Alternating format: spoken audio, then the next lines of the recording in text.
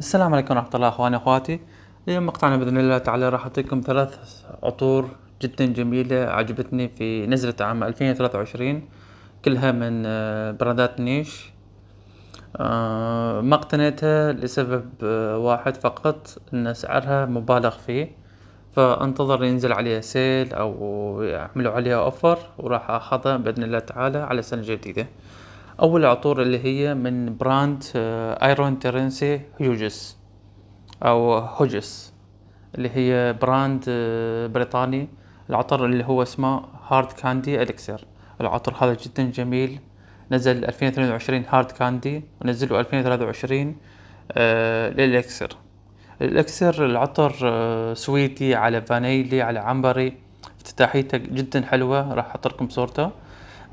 فيها المندرين مع الليمون مع اللافندر والنعناع، ولما يهدي العطر فيها الاستروبري الفانيلا، وعندك التونكا بين الهاني، وبعد ساعة العود مع سندل وود والباتشولي والمسك، يعني خليط مزيج فخم من النوتات بس بطريقة راقية. العطر جدا جميل ثابت وفواح، مثل ما خبرتكم. السبب الوحيد اللي هذا سعره جدا عالي، سعره ما يقارب $250 إلى $300.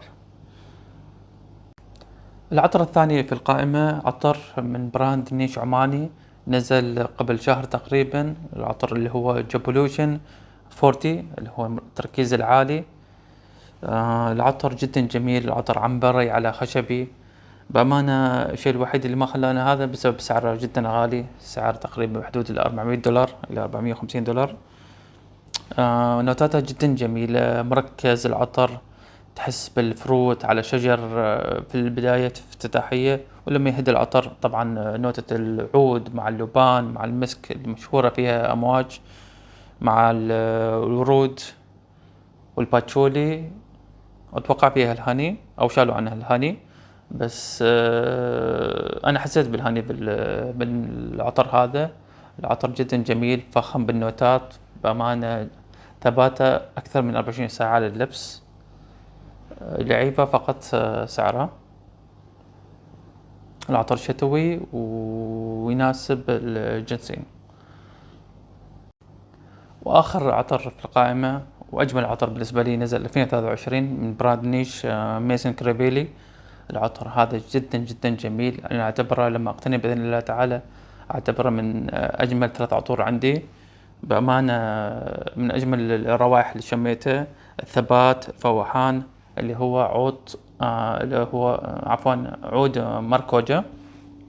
افتتاحيته جميلة جدا فخمة نادرة.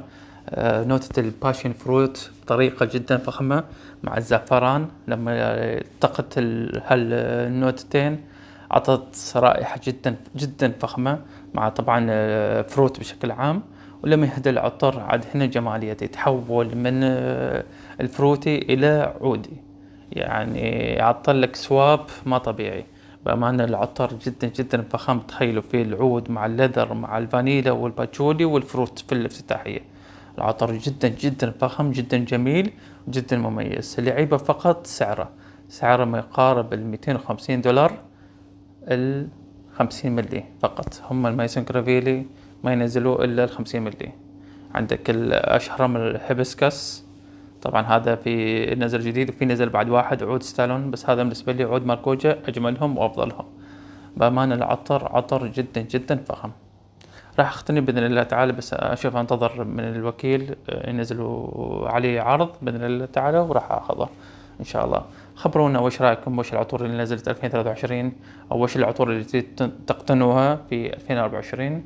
وإن شاء الله مثل ما خبرتكم في المقطع السابق إن راح أنزل مقطع العطور الجديدة اللي راح تنزل في بداية 2024 بإذن الله تعالى.